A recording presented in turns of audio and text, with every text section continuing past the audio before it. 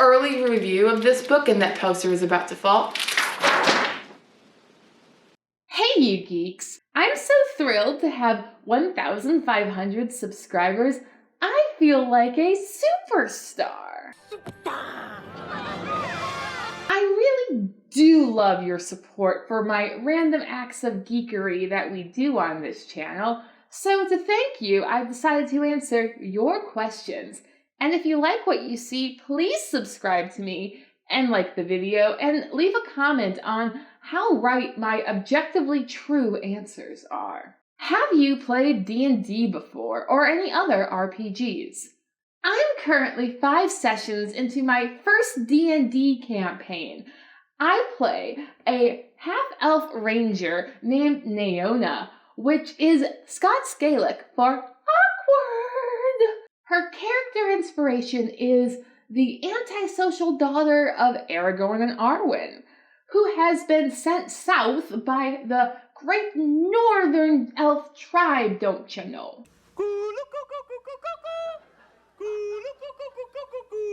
To get wool and tobacco from the 2 rivers. True rangers can't do much, so she shoots first and asks questions. Later, she smokes, and she is embezzling the group's funds and no one knows. She's also entangled with the Queen's spy master, so we have lots of fun. What is your favorite allegory? Scratch that. What is a Lewis or Tolkien book that you come back to time and time again? Favorite allegory? The allegory of the cave, which has actually been decently adapted in Brandon Sanderson's The Lost Metal. So, hats off to Sando. As for the Lewis or Tolkien book I come back to time and time again, The Horse and His Boy. I did a review of this very early on my channel, and it is my favorite fantasy book, against which all other fantasy books are judged for pure enjoyment. This is Lewis at his least preachy and his most quotable, even more so than Chesterton. It ends with the line, "They were so used to quarreling and making up again that they got married so as to do it more conveniently." Isn't that just the best way to end a character's healthy relationship with their significant other? Besides that, I was a horse girl before I was a fantasy fangirl, so this book provided a very nice bridge between the 2 genres. Have you read much pre-Tolkien fantasy? George MacDonald in particular was a very theologically minded writer you might find interesting. No, I have not read George MacDonald yet. Ever since Lewis put George MacDonald in heaven's anteroom that was in no way Catholic purgatory, Keep telling yourself that. I have been interested in reading him, but my TBR gets longer and longer every day. Do you have a Patreon? I plan on having a Patreon. There's a few more red tape things I need to work out with, as well as getting these videos done before the morning that they're supposed to go live. Now that I'm not spending hours animating Mini Jackie, I am one step closer to achieving this goal, though recording live still has its quirks. And hats off to the Lost Metal. Hats off to the Lost Metal. The video, and oh my goodness, stop! If all the major fantasy authors you have covered were tasked with writing an instruction manual for how to assemble a table and chair set, who finishes last, and who provides the best read? So when I read this question and prepared my answers, I thought they just asked about a chair, so we're going to go with only the chair. Sanderson has you assembling all the parts separately until the end where, bam, in 4 simple steps, everything comes together perfectly. Jordan starts with the legs and builds a strong base, but then gets really bogged down in how to assemble the seat, and then dies. His widow assigns the book to someone else who does an adequate job with the back. Martin, who I haven't covered on this channel but have read, doesn't finish, says chairs are too predictable and that we should all be happy with stools. The guy who wrote The Name of the Wind just mansplains the entire thing, and Megan Whalen Turner, whose reviews I will be doing for the Queen's Thief series, would say that she is giving us directions for a step ladder, and the directions are quite average. Until, in the second to last line, she says, now flip the entire thing upside down, and you have a chair. Which provides the best read, I cannot say. But it's not Martin. When it comes to non-human sidekicks, do you prefer sidekicks that act like dogs or sidekicks that are re-flavored humans?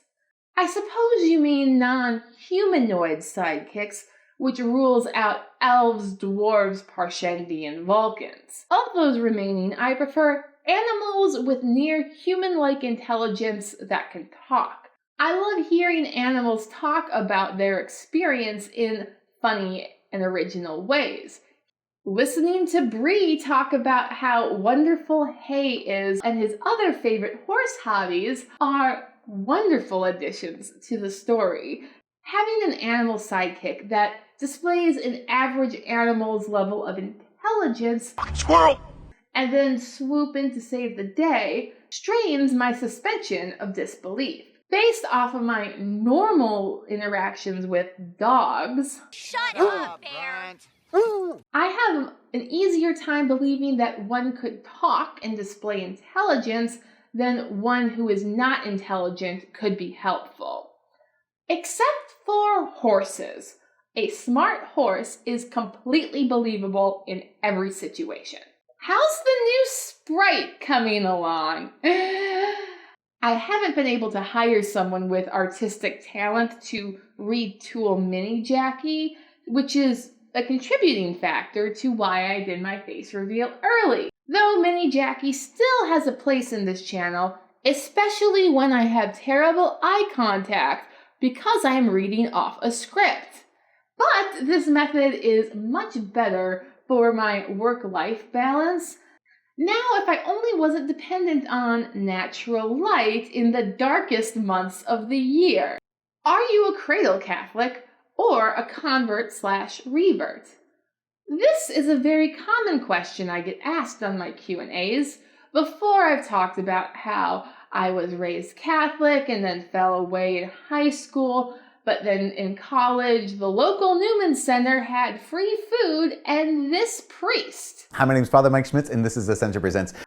So my reversion was basically guaranteed. What I don't think I've mentioned before is that I came from a very toxic parish growing up, where I learned that there are priests who are villains, and there are priests that are heroes. Most are just generally nice guys who are in way over their head. This is relevant to how I review fantasy books because unlike other Catholics or faithful, I'm not going to be easily offended by a book that paints a religious leader in an unflattering light. I could still be offended if they take it too far, but I generally try to give authors the benefit of the doubt. Because I want to enjoy their content, I don't want to tear to bits, but I will. What book series would you recommend to your worst enemy? The Way of Kings. If they could finish The Way of Kings, they probably aren't my enemy anymore. Unless they still like Moash by book 3. In which case...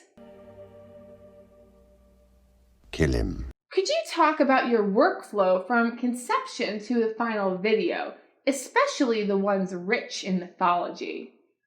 I generally have the ideas for my next 3 to 4 videos floating around in the back of my head, and I'll make mental notes while I'm at work or whatever.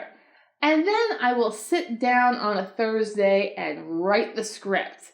I have a degree in history, So the whole reading secondary sources to get the general idea, and then flipping to the back and reading the citations or footnotes is what I call a good time. Having fun isn't hard when you've got a library card. That's right. The further removed from my own culture a video's topic is, the more research I will do. I start with Google to find the foundational books of a given culture. Thus, when I covered Hindu mythologies for the Wheel of Time, a lot of my work began in the Rig Vedas. But I also visited a local college's library to find scholarly insight into this topic. This is why I was able to come up with two different versions of the story of Agni and Vayu versus Brahman in my They Call the Wind the Dragon video. Both versions, I believe, gave insight to Robert Jordan's original text. For myths, theology, and philosophy based off of my own culture, I just peruse my own bookshelf. What's the average length of a video script? How much do you plan out a video before you hit record? Each script goes from 3 to 5 pages on average, and that usually yields 15 to 20 minutes of usable footage. I write out everything I think I'm going to say, then try to fit with the script as close as possible so that my video clips flow naturally from what I actually say. I forgot to mention that when the woman walked into the bar, she had a duck on her head. If I need to re-record something, I'll generally highlight that in blue or green in my script and then go back and fix it. If you could bring a fantasy or sci-fi creature or race that are not dragons to the real world, which would it be? I want to go with race as the Tolkiensian elf. My preteen OC fanfic dreams will finally be realized.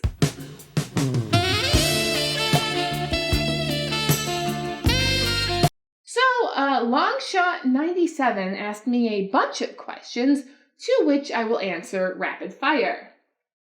I've seen you quite a bit across the Cosmere world of YouTube, particularly the animatics. Which do you most enjoy? The Hoyd Parting Glass song by Ilsa the Artist. Her work is fantastic, though she stopped doing that in recent months. From any book or series you care to name, which character resonates most with you? Green, from Alice Hoffman's Green Angel. What upcoming book do you most anticipate? Stormlight 5. Which fantasy trope most rubs you the wrong way? Love triangles, especially when the center character is a female who is torn between a boy who is clearly toxic and a boy who is clearly not. My God, pull yourself together! What will you do? Is this a question? Why bother putting a comma after my skirt? The introduction of and in and I erases the necessity in defining the third clause? Simple. The Oxford comma is right. See O'Connor v. O'Cursidary, number 16-1901, U.S. First Circuit, 2017. It has been decided, and you are wrong. Thanks for watching. Bye.